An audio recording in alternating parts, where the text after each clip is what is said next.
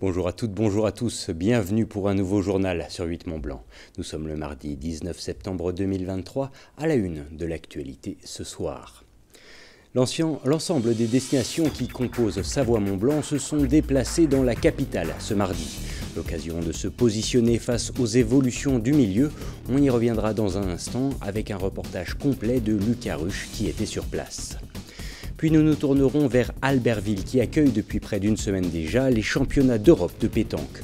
Sous la célèbre halle olympique, plusieurs légendes de la discipline étaient en lice pour le titre « Immersion totale » en fin de journal.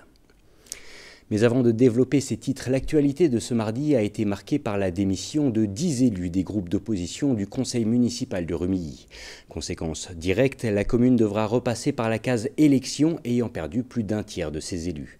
De son côté, le maire Christian Hézon a réagi dans une vidéo postée sur son compte Facebook, prenant acte de ses démissions, annonçant planifier de nouvelles élections dans les 3 mois en collaboration avec la préfecture.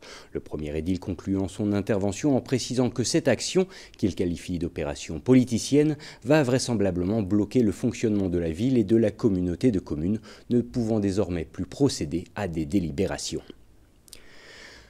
L'automne arrive, mais déjà les stations de sport d'hiver préparent leur saison. Comme chaque année, l'agence Savoie-Mont-Blanc, qui a la charge de promouvoir le tourisme dans nos 2 départements, a précisé les projets de la prochaine saison hivernale. Face aux enjeux, notamment climatiques, les stations doivent en effet changer leurs habitudes et leur mode de fonctionnement. Une évolution expliquée par Lucas Ruche qui était sur place. Le Grand Bornand, les Saisies et même Val d'Isère. Toutes les stations de sport d'hiver de nos 2 départements ont fait le déplacement jusqu'à Paris pour prendre part à ce rendez-vous ô combien important. C'est le démarrage de la communication, de la commercialisation de la saison d'hiver. C'est important pour nous de rencontrer les journalistes de la presse nationale, effectivement pour faire connaître nos nouveautés, les particularités de notre station, leur donner envie de venir chez nous cet hiver sur des journées presse. Là on est beaucoup de stations présentes aujourd'hui, donc c'est cool, on va connaître les tendances, on échange avec nos collègues. Donc je pense que c'est important pour nous tous d'être présents aujourd'hui. C'est l'occasion de faire découvrir notre territoire, d'être reconnu aussi, et de comprendre que les petits et les grands ensemble participent à la promotion du territoire qui est Savoie-Mont-Blanc. Chaque hiver, plusieurs millions de personnes se rendent dans les stations de Savoie et Haute-Savoie pour passer leurs vacances. 2 tiers d'entre eux viennent pour pratiquer une activité connue de tous, le ski alpin. Limiter l'empreinte carbone générée par le tourisme hivernal est l'objet des nombreux ateliers proposés ce mardi à Paris. Et face à ce défi de taille, l'agence Savoie-Mont-Blanc préfère positiver. Alors le sujet de demain, en fait, de comment est-ce qu'on fait évoluer le modèle, pour nous c'est la transition positive, parce que c'est une transition pour du mieux, forcément, pour intégrer justement ces changements qui s'opèrent, et puis aussi du mieux, mais dans un certain équilibre aussi. C'est pour ça qu'on veut que ce soit positif, au sens où on est conscient qu'on a une réalité économique extrêmement forte liée à l'hiver, liée au ski.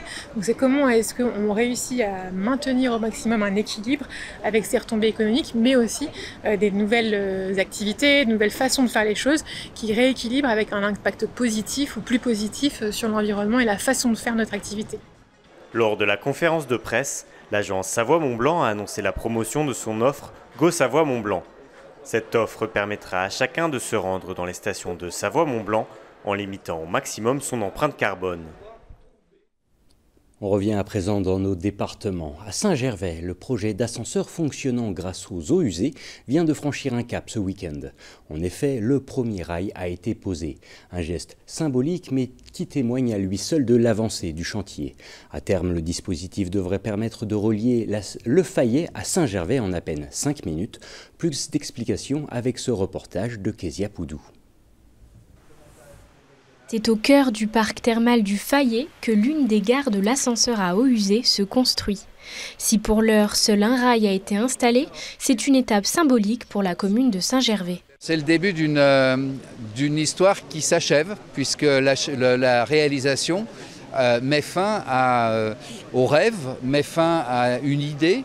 Et c'est réellement quelque chose de concret qu'on a fait ce matin, boulonner le premier rail pour bien montrer que l'opération est en cours. Et dans quelques mois, c'est-à-dire avant le printemps, eh bien, les Saint-Gervelin, les Faïrans pourront utiliser cet ascenseur incliné qui va faire un nouveau trait d'union entre le haut et le bas de notre commune. Inspiré des méthodes du XXe siècle suggérées par Michael Farmer, l'ingénieur britannique à l'origine du petit train à vapeur du parc thermal, cet ascenseur tire profit des eaux usées, offrant donc un moyen de transport plus écologique. Là, on est sur quelque chose d'innovant puisque c'est le deuxième ascenseur de ce type au monde. Je crois que ça va être le premier en France, en Europe.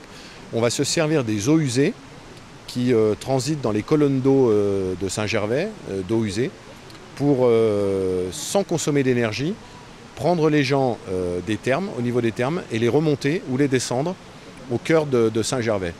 Un ballast d'1 mètre cube d'eau est situé sous la cabine, permettant au poids des eaux usées de faire monter et descendre l'ascenseur. Un système inodore qui peut assurer des trajets toutes les 5 minutes, en permettant ainsi de créer du lien entre Le Fayet et Saint-Gervais. Ceux qui n'avaient pas de voiture, ceux qui ne pouvaient pas prendre les sentiers, eh bien aujourd'hui pourront prendre l'ascenseur incliné pour aller flâner à Saint-Gervais ou pour les Saint-Gervelins aller flâner au parc thermal. Ce projet est bien différent de l'ascenseur valléen. Tandis que ce dernier peut transporter 1600 personnes à l'heure, l'ascenseur à eau usée a, lui, une capacité de 16 personnes. Les deux projets poursuivent tout de même une logique de diminution des transports individuels. Je vous l'évoquais en titre, pendant 8 jours, Albertville accueille près de 300 boulistes venus de toute l'Europe. Réunis sous la halle olympique, tous sont venus tenter de décrocher le titre convoité de champion d'Europe de pétanque. Et parmi eux, quelques légendes de la discipline, comme l'a constaté Fanny Savard. On regarde son reportage. Concentrés, le regard rivé sur leur objectif, les boulistes de haut niveau se retrouvent au cœur de la halle olympique. La France, championne de la compétition en vétéran en 2019, est venue remettre son titre en jeu. Là, on est à notre 6e victoire consécutive et on est en quart de finale. On va attaquer les quarts de finale tout à l'heure. On ne sent jamais rien, en vérité, on espère. Voilà, fortement gagné, mais après, ça se fait sur l'instant T et on ne peut pas savoir ce qui va arriver. Des quarts de finale remportés par l'équipe tricolore à l'issue d'une bataille sans merci contre l'Angleterre et qui ont ouvert les portes de la demi-finale pour l'équipe de France vétéran. Elle a rejoint le dernier carré où elle s'est imposée face aux Pays-Bas et file en finale face à Monaco dans l'espoir de décrocher une nouvelle médaille d'or. Il faut dire que la Cité olympique a déjà organisé les championnats de France vétérans en 2018, auxquels avait pris part Christian Fasino, sacré meilleur joueur du XXe siècle par ses pairs en 2000. Albertville, c'est un beau cadre à jouer, donc c'est super.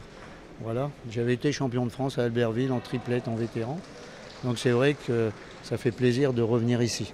Des véritables légendes qui devraient drainer près de 3000 spectateurs sur les journées de compétition et générant 1700 nuitées sur le territoire.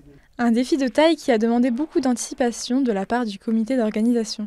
Le plus gros challenge, ça a été de réunir tout ça en indoor, parce qu'il y a à la fois l'aire sportive qu'on a derrière nous, avec 18 terrains, avec 3500 places de gradins.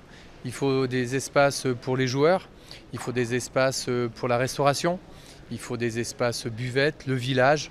Il y a tellement d'espaces activés que c'était un challenge de réunir tout ça dans notre établissement, mais on a réussi, on l'a fait et ça passe, comme on dit dans le jargon, très bien. On est une ville où on a beaucoup d'événements, c'est culturel presque, c'est historique. Une compétition qui se poursuivra d'ailleurs encore quelques jours, les vétérans laissant leur place au championnat masculin, au sein duquel 34 équipes se disputeront le fameux titre de champion d'Europe.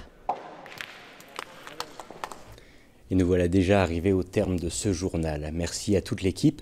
Tout de suite sur votre antenne, Thierry Paulme vous dira tout des détails du temps. Suite à quoi vous pourrez redécouvrir un numéro de l'Aparté de la Rédac consacré aujourd'hui à l'Association française des juristes en entreprise. Quant au prochain point avec l'actualité, c'est pour demain, mercredi à partir de 18h. Mais d'ici là, et comme chaque soir, je vous souhaite une très belle fin de journée avec notre antenne. À bientôt.